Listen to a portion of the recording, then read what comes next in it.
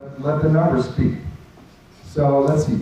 Here's one of the screens, and I'll tell you how to read these bar graphs.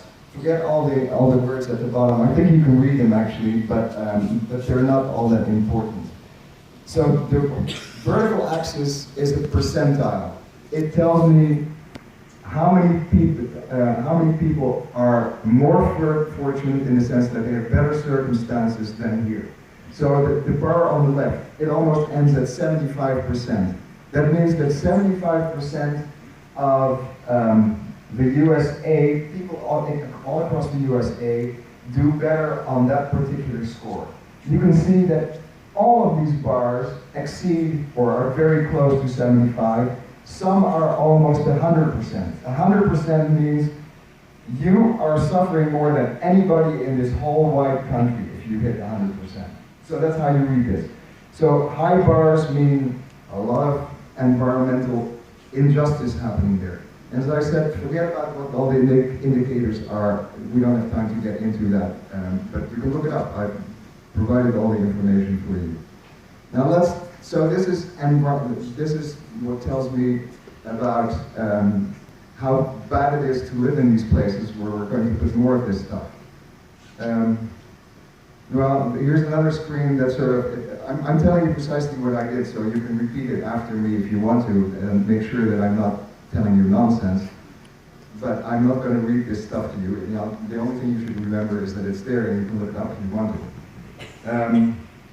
Oh, wait a second, oh, I'm going backwards, huh? Okay, that doesn't work. Okay, this is what I'm looking for. So, the previous slide was environmental justice indicators. And this one is, who are the people who live there? And again, here it's perhaps important to know that on the far right it tells you that people who live in these neighborhoods tend to be younger than most. There are others, for instance, there's the third one from the right says less than high school education. So it's a population that tends to be, let's say, less well educated than I have the fortune of being. And all of these things spell loud and clear. This is a vulnerable community made out of people of color and people for whom English may not be the first language.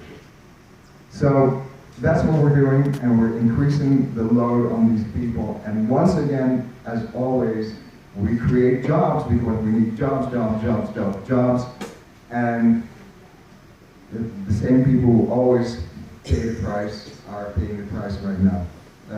Okay, now here I'm getting mean and say, look, I can look up what the richest neighborhood is in Rhode Island, and there are two. East Greenwich is one of them. It's a little to the northeast of here, and Barrington is across the bay. Let's do the same experiment for East Greenwich. Well, you look at the bars for the environmental justice indicators. There is not a single one that even gets up to 50%. Some of them you can barely see. How about this one?